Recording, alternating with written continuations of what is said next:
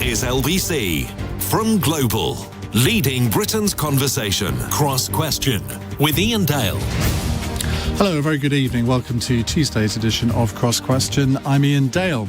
On the panel tonight, we have Dame Diana Johnson, Labour MP for Hull North, Alicia Kearns, a Conservative MP for Rutland and Melton, the disability rights campaigner Liam O'Dell, and Robert Shrimsley, Chief Political Commentator for the Financial Times. The number to call if you'd like to ask them a question, 0345 6060 973. And I say this every day, don't forget you can watch us as well on Global Player, on the LBC website at lbc.co.uk and on the LBC YouTube and Facebook feeds.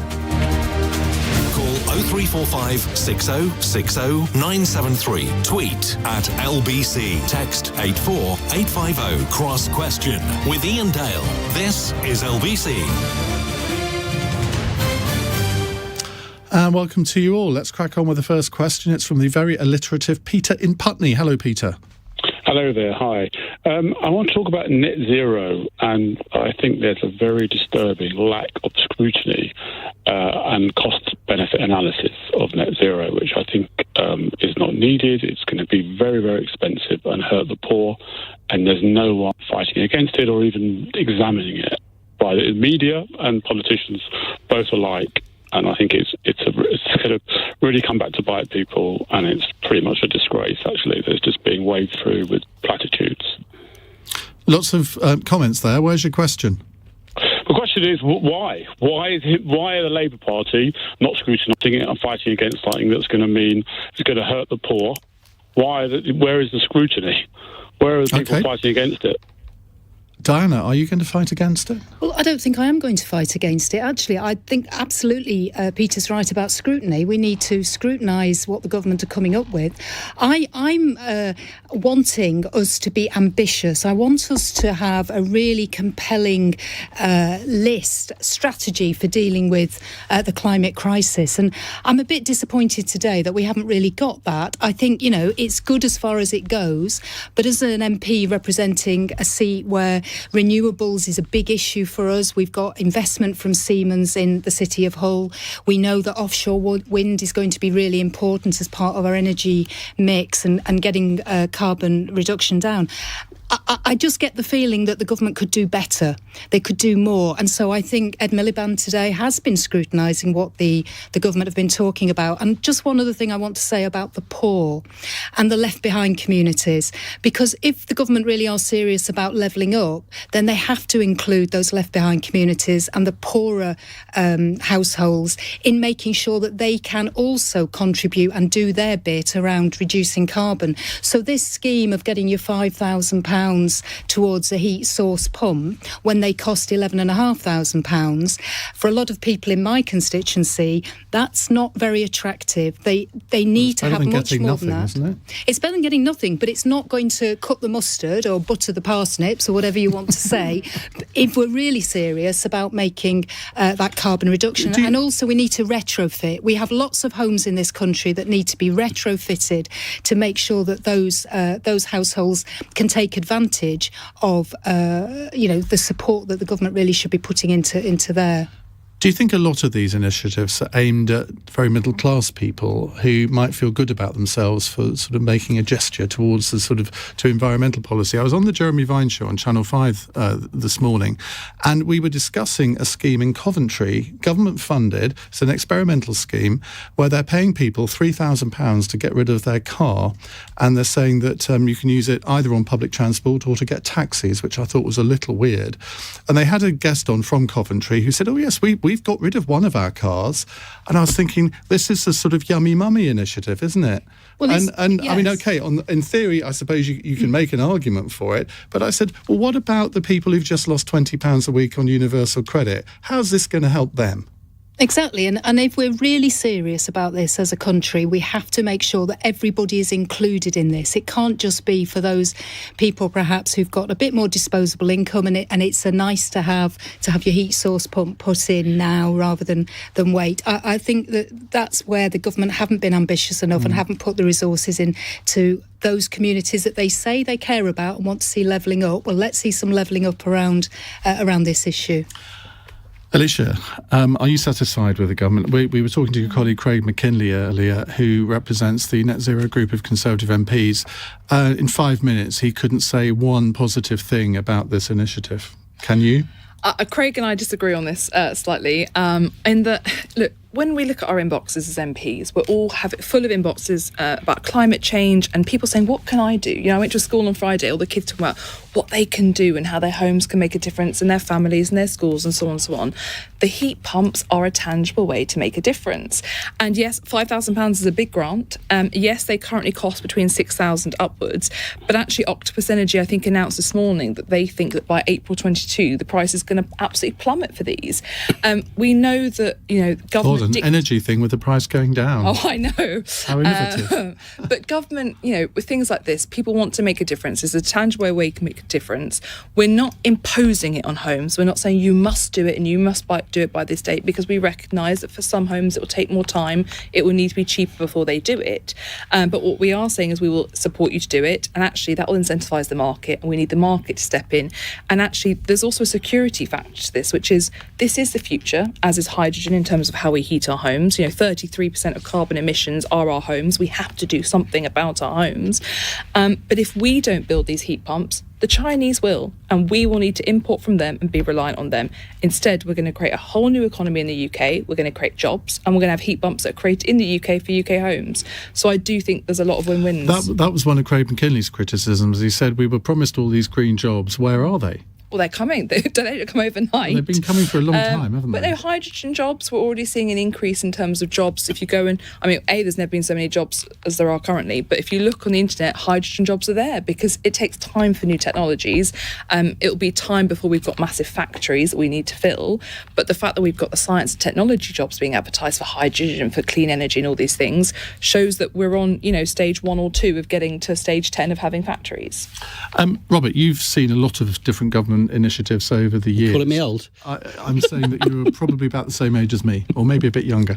When you look at this, and bear in mind that COP26 is 2 weeks away, when I look at all the individual measures, you think, yes, some of them actually, they stand up, but they're all a little bit small. And I was thinking there might be some really big initiative here. Well, I mean, I think some of them are small, partly because the government hasn't quite decided which technologies to bet on. I don't think that's necessarily wrong, by the way, because technology is evolving. So they're putting a few chips on a number of different numbers and seeing which ones crop up. And for example, if you take the £5,000 grants to heat pumps, I think it's about 90,000 heat pumps that would fund over 3 years, which doesn't seem very many. But the industry basically doesn't really exist in this country yet. I mean, it exists, but not at the kind of scale you would need it to exist. So a lot of this is about building up an industry, getting some skills, getting players in the market.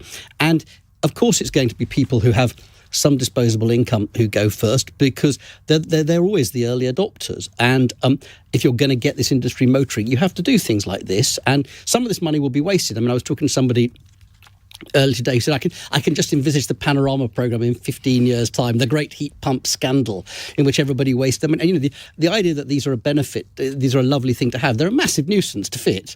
So, you know, I think the government has got to do things to push this forward. The same with some of the green jobs. I mean, they announced in the Treasury paper, which I've been reading today, they talk about 440,000 new jobs in green tech, which sounds great. But what they don't talk about is how many jobs those jobs are replacing, how many jobs are going to be lost as well. And I think sometimes there's an effort to dress up this in the cloak of other arguments. This isn't primarily being done to create jobs. This is primarily being done because the planet needs it to happen. And I think, to answer Peter from Putney's point, I don't live very far away from you, and I think the cost-benefit analysis of this action is that you won't have to swim from your living room to your kitchen when you want to move around your house. There's a ton of analysis that's been done on this. We don't lack for analysis. What we are lacking for is cogent action, and I think it's a tolerable start. Okay. I also just say how lovely it is that we do all agree. You know, this week we've all been talking about how we should agree more on mutual areas. We all agree we need to do something about this. Well, Liam, the detractor comes. Right, Liam, the floor is yours. No pressure.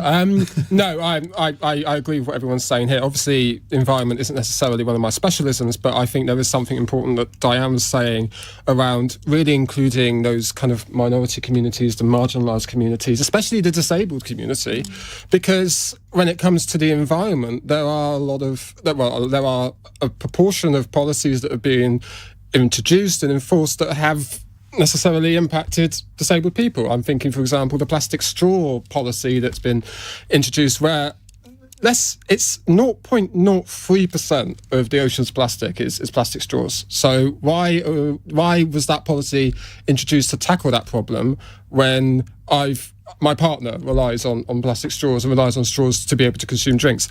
And I am probably really bad in the climate sense because I have plastic in my hearing aid tubes. There's disabled people, yes, they may not be the most environmentally friendly because they're having to rely on that, on things that may not be considered the most green. But I think whenever we implement these policies like this, we have to include those marginalised minority communities, including disabled people, and making sure that it's with any decision that they are kind of co-led, co-producing. And do you feel when government make policy announcements more generally that disabled people are ignored? Because it would never have occurred to me that plastic straws are absolutely vital for some disabled people, and you can actually, when you think about it, you can understand why. But it wouldn't be something, if I was a government minister sort of doing this, it wouldn't be the first thing that entered my head. Yeah, it makes me a bad person, I would think. No, not at all. But I think there has been some instances which have shown that it's not necessarily at the front of the government's mind. I've been on LBC talking to you before about the campaign to have a British Sign Language interpreter present in Downing Street in person at the government's COVID briefings. That didn't happen. They were found to be unlawful.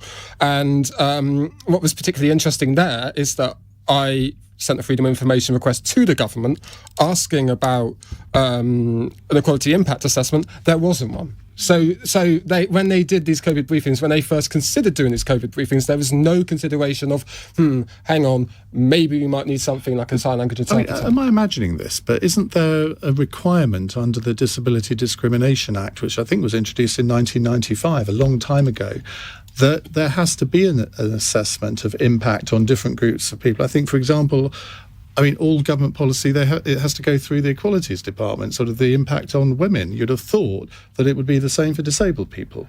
Yeah, the kind of crux of the issue with that interpreter problem was that it was a lot around the Equality Act and specifically the public sector equality duty. And there's a lot of messages in there which I can't recall off the top of my head, but there were a lot around promoting diversity, promoting inclusion, ensuring that disabled people are well supported, and that was kind of the bit that was underscored in the legal case between the government and a group of deaf campaigners. So. Okay, we've gone slightly off the subject, but I think it's really interesting diversion anyway. Thank you very much indeed, Liam.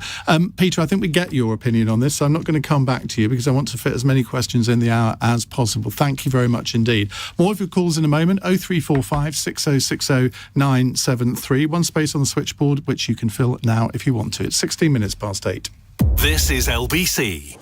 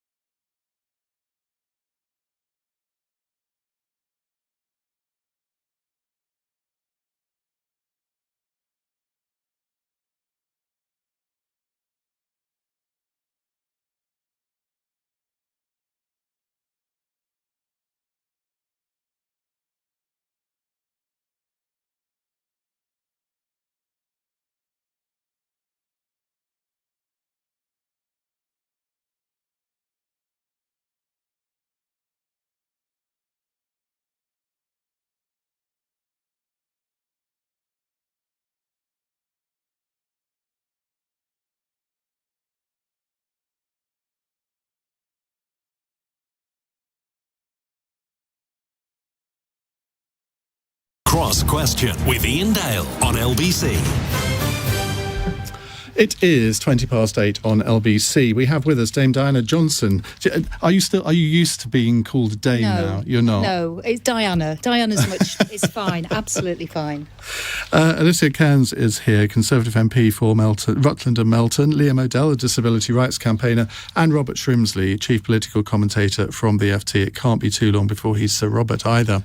Right, let's go to our next call. It's from Alex in Ilford. Alex, hello. What would you like to ask?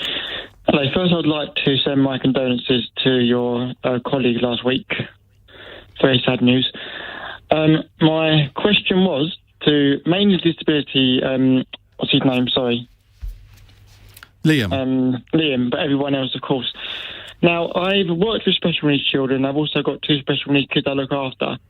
What upsets me is the lack of understanding that mainstream children and even adults have with children with special needs. So my question to the panel is, do you think that there should be a more constructive learning in school to teach young people about people with disabilities to avoid stigmatism and unnecessary bias? Because some of the things I've seen have been pretty shocking.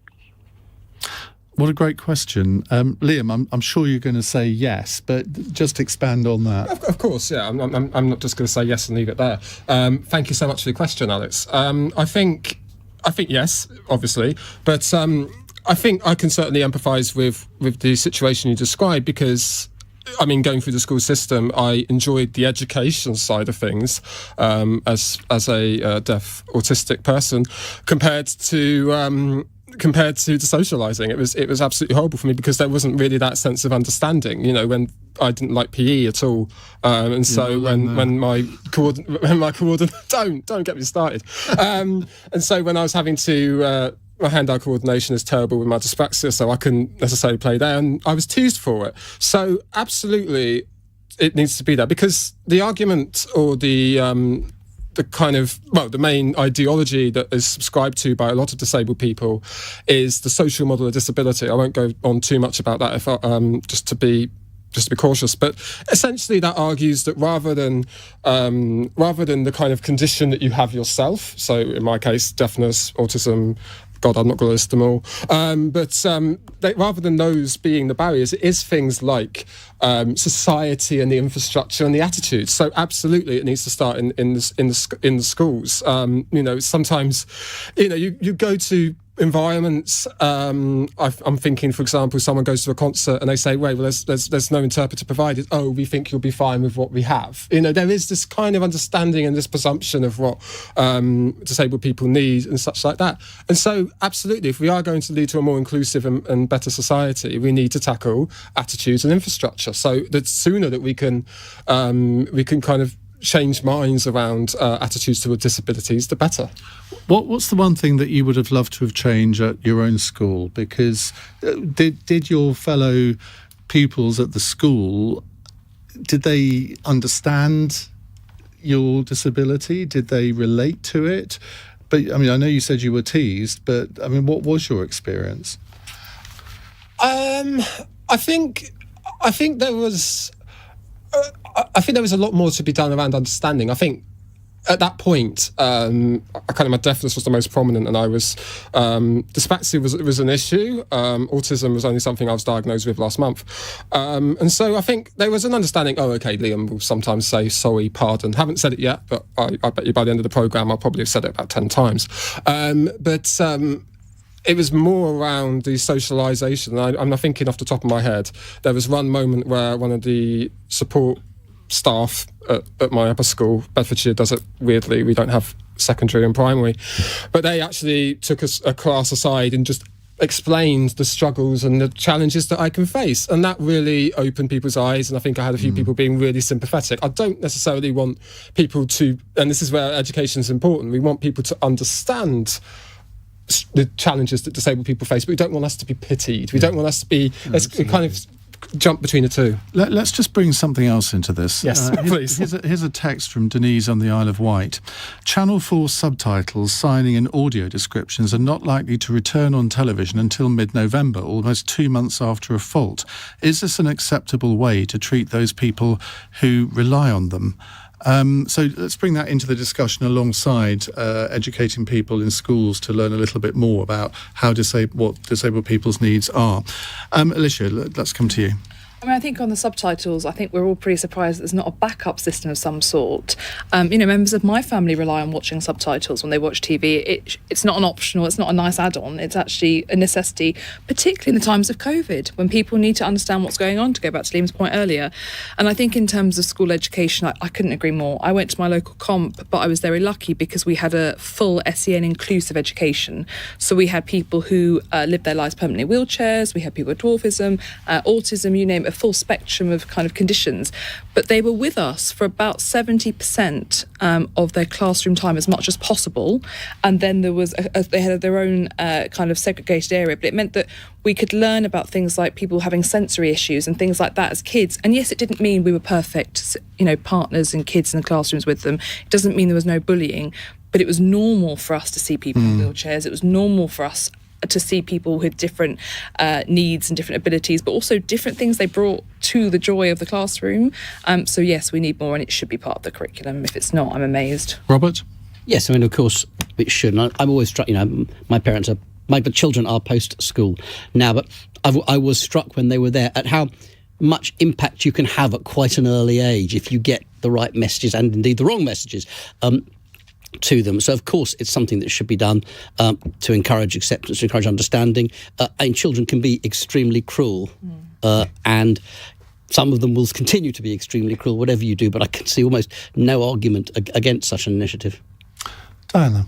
Well, absolutely. I agree with what's been said. And I think the best example I saw of this was a secondary school in my constituency where a special school was at the heart of the mainstream school. And so there was, as Alicia was just talking about, actually, there was the exchange of views and knowledge and experiences, which I think was really valuable. And I think more of that's required, really. I think there is an issue about special schools sometimes, and whether they are the best places for children to be. And parents often fight tooth and nail, don't they, to get their children into special schools.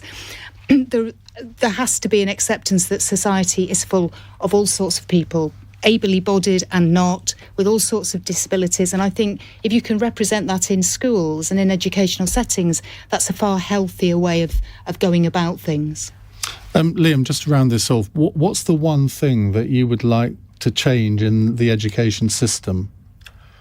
Wow. That is a bit of a big loaded question. I think what I would like to see change. I'm trying to scratch my brain. I think I want to just kind of come back on what Diane was saying, was around integration. I think that is the key here. I think in my school there was kind of a separate area. There was a learning support area, and I was often found in there. But that kind of pushed us aside, and that meant that, because what Alicia said, about 70% of the time the kids with disabilities were in the main part of the school. Yeah. But my immediate thought then was, so anybody with a disability was lumped together, even though there are all sorts of different disabilities, that just because you are disabled in one area doesn't mean to say that you can't take part in a school activity in another. Absolutely, and I think we. I will always kind of say that with disabilities, it's with the right support, people can do just as much as what anyone else can do. I don't think we should have that view where it's a barrier first and then just assuming that they can't do it. You have to work to break down those barriers. Let's go back to Alex in Ilford. What do you make of what you've heard, Alex? Yeah, I enjoyed listening to that. I mean, I would like to myself speak to Liam at some point if he's happy to take down my email address to your producer. But don't give it out on air. No, of course not. But it's not something I would do, but sometimes I see kids in the street mocking kids with special needs, and I actually feel sorry for the kids who are mocking the special needs if they don't understand. I mean, one day I was on the bus, and this kid was taking the mick out of this guy having a tantrum. He's clearly autistic, unfortunately. Not everyone's clear, but this one was. And his friend went, "Oh, my brother's autistic, how dare you?" And the kid actually looked like he had been hit with an iron bar. He was shocked. So I just feel that there needs to be more. I mean, my two kids that I look after sometimes, one of them has meltdowns sometimes, and don't always get looks, thankfully, but when we do, I just have to grit my teeth and think one day they'll understand. So it was nice to hear the answers, and it's always a pleasure to speak to you, Ian, as usual. Well, Alex, thank you very much indeed. Just finally on this, Andrew in Woking has texted this. In the context of this entire discussion, does the panel think the word special is helpful? Liam? I think... Yeah, I think there was more I wanted to say on this whole idea of inspirational versus pity, and I think we really have to be cautious not to lean too much into that. I do think it's an outdated term. I really do. I think a lot of people now are saying we shouldn't really be using the term special educational needs and disabilities because different is almost a more appropriate word, isn't it? Different. I wouldn't say that either. I think we have to make sure that we recognise, and I understand this is tricky, but we have to recognise that yes, there are different needs, but we have to recognise that they are still people. They are still part of a wider society. I think the moment that we say, oh, these people are special or different, or really kind of any word that, even if you may not intend it to be, kind of separates or segregates them out, that's not really the attitude that we want. We want, obviously, as we've talked about in the previous discussion, integration. And I think any words that kind of, whether intentional or otherwise, implies some sort of division should really be phased out as much as possible. OK. Right, we'll come back to more of your calls in a moment. Sean in Consett is on standby. It's 8:31 on LBC. Lucinda Horsley has the news headlines. The Health Secretary's warned MPs the NHS in England is facing huge pressure this winter. Sajid Javid's been speaking as the number of daily deaths from coronavirus has risen to its highest level since March. The government's revealed extra funding for the take-up of electric vehicles and plant trees as part of its plans to achieve net zero. The Energy Minister has published long-awaited proposals to drive down carbon emissions. A Premier League footballer arrested by Greater Manchester Police in July on suspicion of child sex offences has had his bail extended until January. The player has been suspended by his club, which says it will assist with the inquiry. LBC weather, heavy rain for the south with showers for southwestern areas tonight as well. Mostly clear elsewhere, a low of 11 degrees. This is LBC.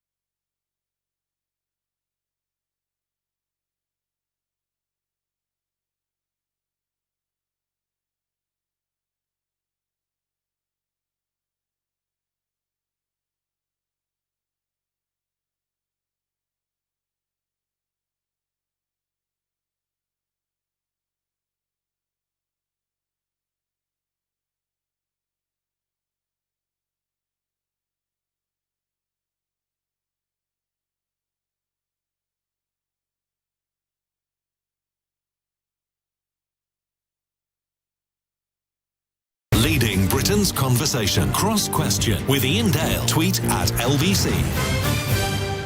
8:35. George on a text says, I feel there has to be a line drawn for disabilities in a mainstream school. My son is autistic but is high functioning and he's performing well in a, quotes, normal school. However, there are levels of disabilities, both physical and mental, that require more specialist support. It's also not just about the disabled children, it's about the other children that may be having their own education disrupted by someone needing extra support that could be provided in a more tailored setting, i.e. a special school. That's George in West Yorkshire. Well, whenever we talk about these issues on the programme, you get huge reactions, so we will return to that in the future. Let me reintroduce my panel. Diana Johnson is the Labour MP for Hull North. Alicia Kearns is Conservative MP for Rutland and Melton. Liam O'Dell is Disability Rights campaigner, and Robert Shrimsley is Chief Political Commentator for the Financial Times. 0345 6060 973. They'll be taking your questions right up to 9 o'clock. Right, Sean in Consett is next. Sean, fire away. Hi, mate. My heart goes out to the family of David and his wife and bairns, and I think it's absolute disgrace what's happened. Well, Something thank you, needs to Sean. be done, but that's not my question. The question is 223 deaths today, 48,000 infections. Are we on the verge of lockdown in December? Are we on the verge of another lockdown in December? Well, the figures do seem to be rising, whether it's new cases, hospitalisations, or indeed deaths. I think the infection figure today was actually 43,000, Sean, just to be strictly accurate, because somebody will no doubt tweet that. Robert, do you feel that we are on the verge of another lockdown? No, I don't, because I think that the government is deeply, deeply committed to not letting this happen again. You can't say never, because we just don't know how this is going to play out. The latest figures do seem concerning. There are some factors which I think are relevant. There's concern about a variant of the Delta variant, which seems to be 10 to 15% more infectious, though it's not yet confirmed. More importantly, I think, is the fact that immunity from the first and second jabs is beginning to wane for people, particularly people who had AstraZeneca vaccines. So as the booster programme kicks in, I would hope, and I'm sure the government hopes, that we will begin to see this tapering off again. Cases isn't the key number here, although obviously there is a correlation between cases and more serious illness, but there are, as Sean says, significant rises in deaths and hospitalisations. Hospitalisations, I think, is ticking up over 900 again a day. So there is cause for genuine concern, but I don't think that this government is going to want to agree to another lockdown. So I think things are going to have to be very, very bad indeed before that happens.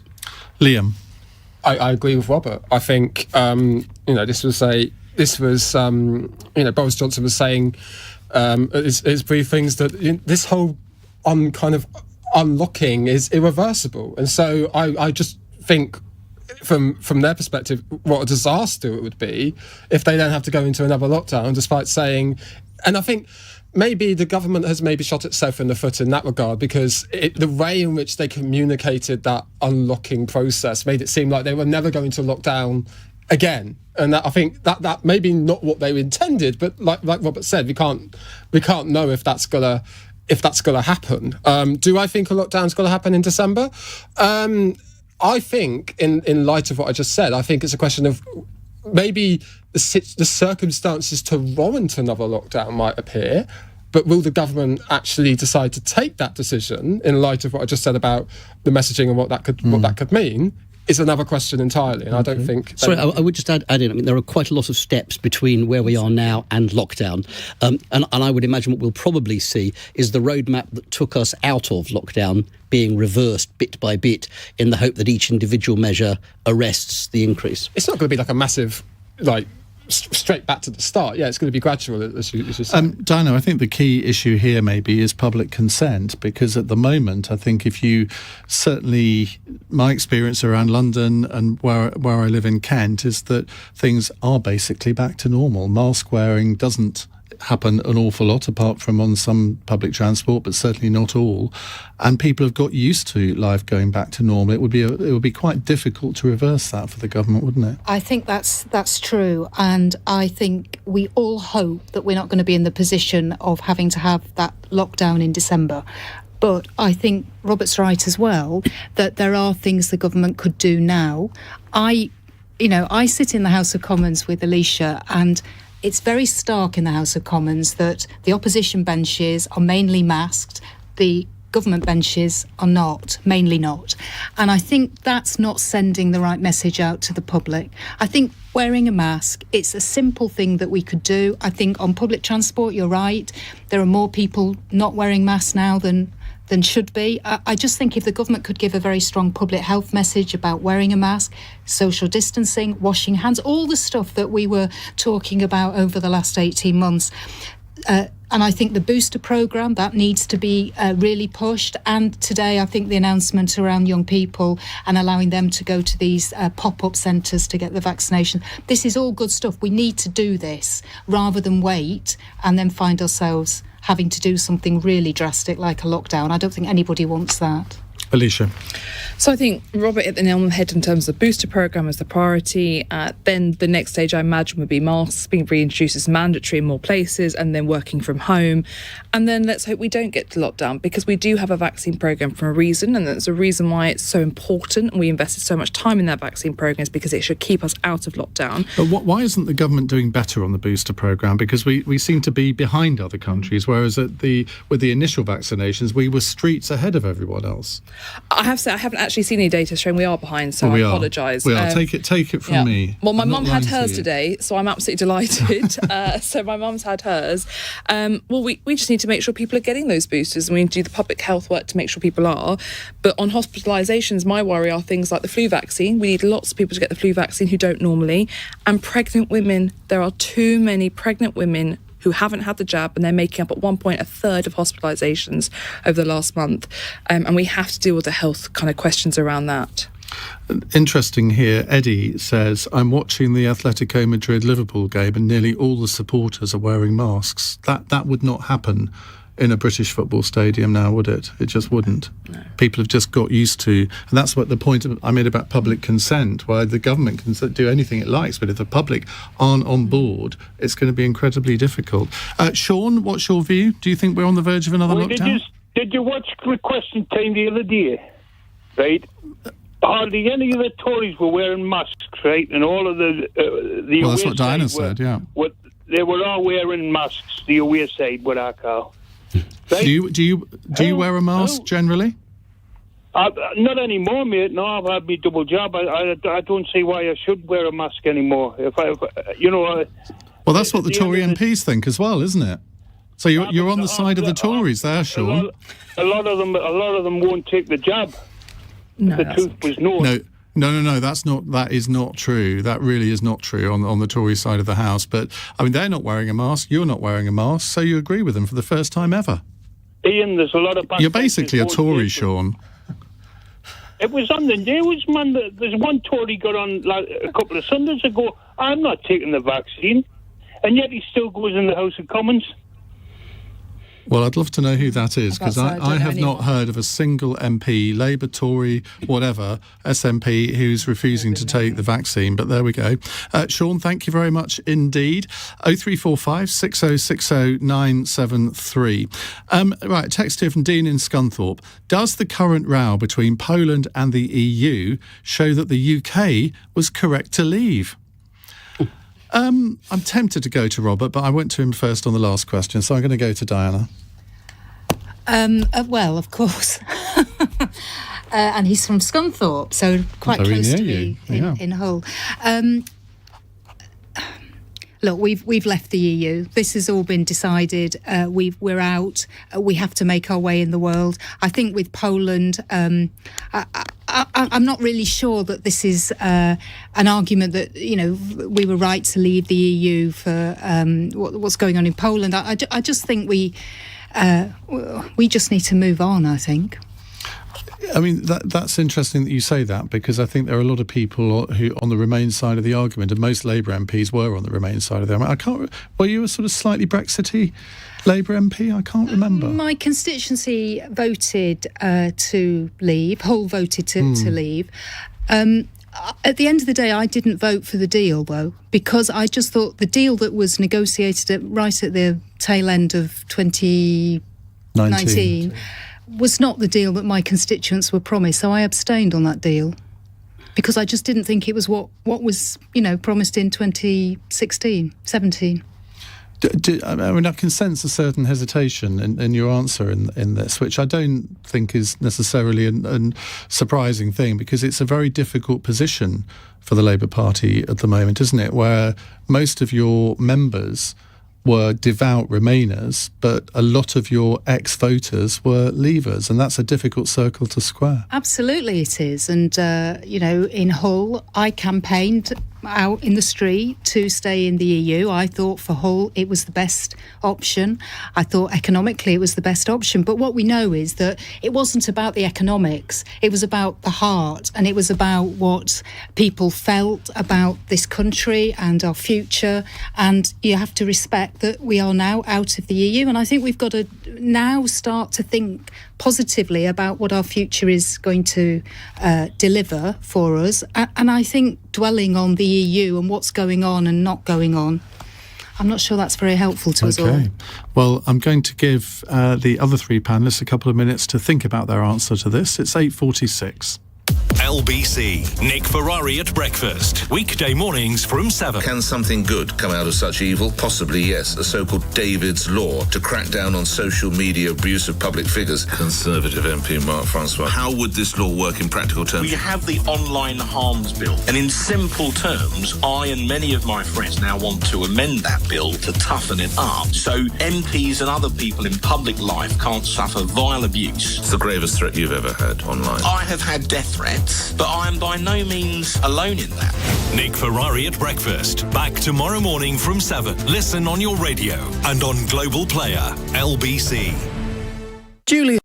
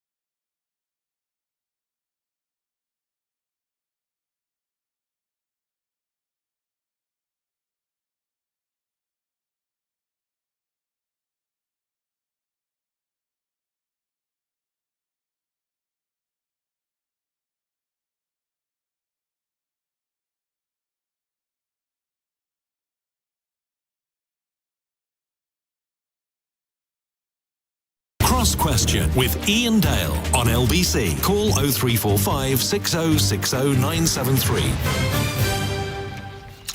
Now, we were in the middle of answering a question from Dean in Scunthorpe. Does the current row between Poland and the EU show that the UK was correct to leave Robert Shrimsley from the FT, which supported Remain? We were all in this together now. Well, it's a fact. It is absolutely a fact. I think the truth is you can construct this argument either way, depending on what you think. But I'll make 3 points about the Polish row. The first is that Poland doesn't think it's this means it's right to leave, because it remains one of the countries that's most supportive of membership of the EU and a huge net beneficiary. And even the Polish government, which is actually arguing with the EU about this, doesn't actually want to leave the EU. Second point I'd make is that although the EU is intruding into Poland's affairs, what Poland is doing in the efforts to muzzle and limit the powers of its independent judiciary is really quite troubling.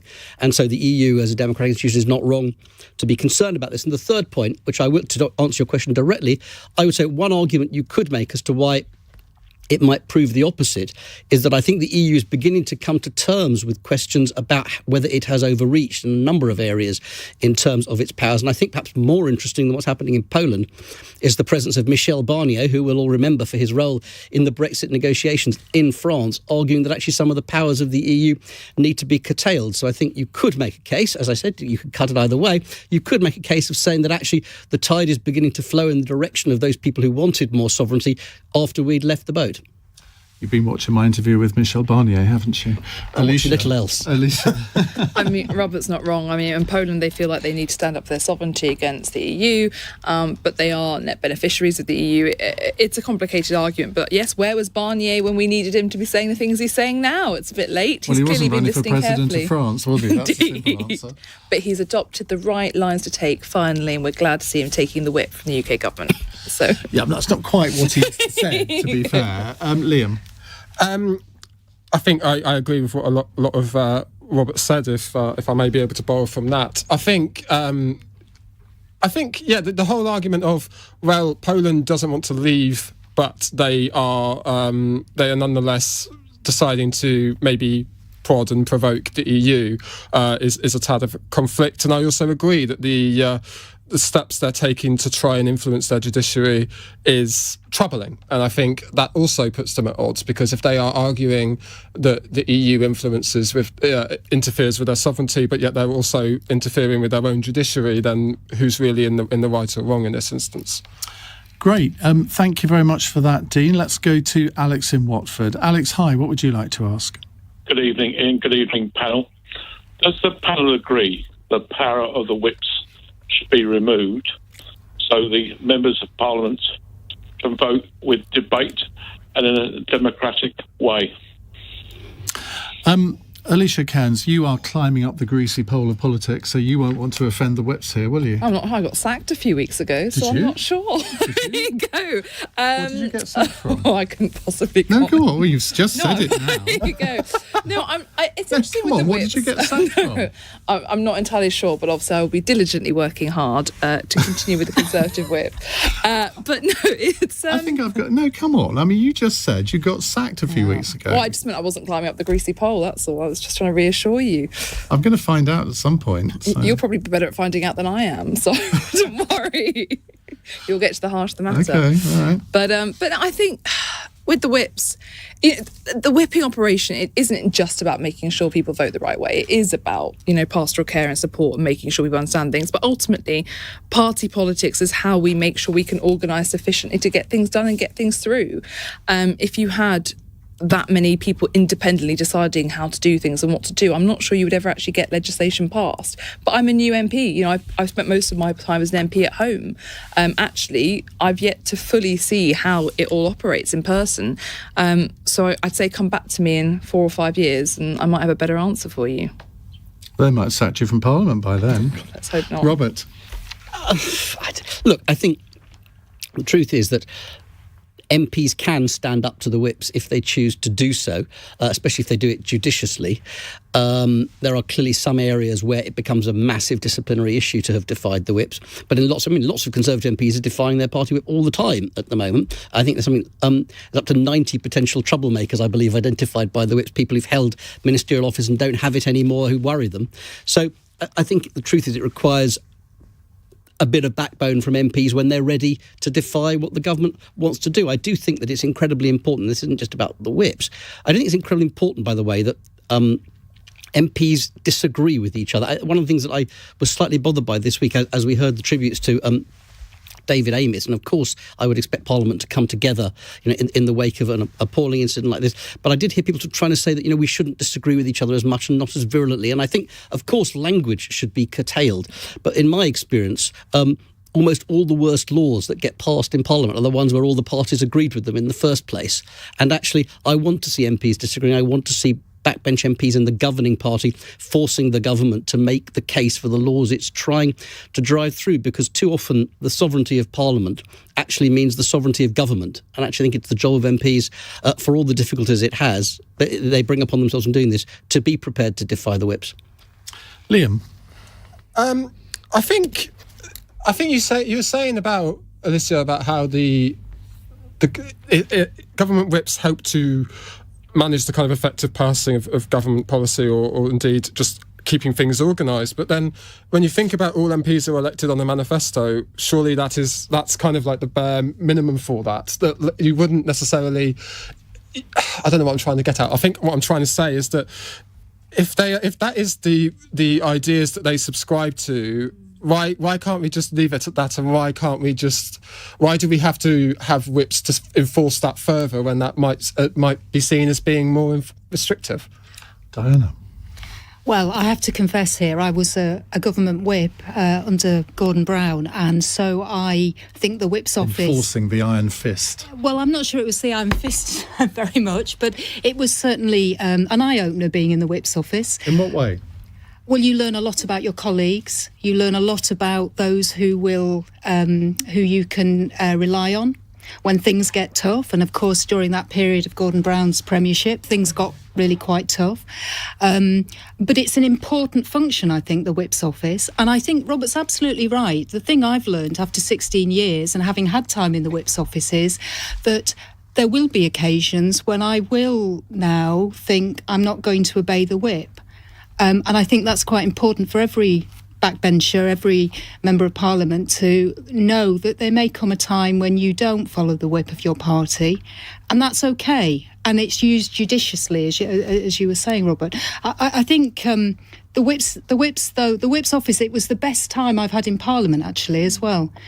Really, because you're at the heart of what's going on, you're making sure your government gets its legislation through, and you do have that pastoral role, as Alicia was talking about, and you can be supportive and helpful to colleagues as well. So I'm a bit of a fan of the whip's office, but I also accept there are times when I may not always follow what the whips want me to do. There are two types of whip, aren't there? Those who are the enforcers and those who are the ones that put their arm around people, and I suspect you were the latter. Yeah, I had my moments. Did you? I certainly had my moments. Give us an example. Oh, well, I had one MP who, I was a very new whip, and she'd put a request in to not be at a vote because she had an important dinner party to go to.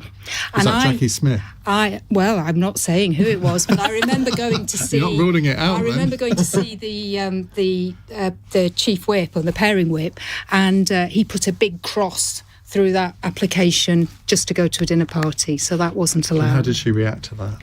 Not well. Diane Abbott. Right, a final text question from Will in Hinckley. Rapper Octavian, no, me neither, who won the BBC Sound of 2019 award, has announced he's quitting music. Which musician do you wish would quit music? Alicia. I have to Basically, say, who do you hate? I can genuinely say to you, I've never sat there and gone, oh, I wish that person stopped creating music. Because whilst I might not love it, my husband and I, he's got some music that I'm not the biggest fan of. But, let him listen to it, let him enjoy it. Steps are back. They're pretty glorious to see back. Yeah. It's true. Robert. That Mozart was overrated, wasn't it? Liam.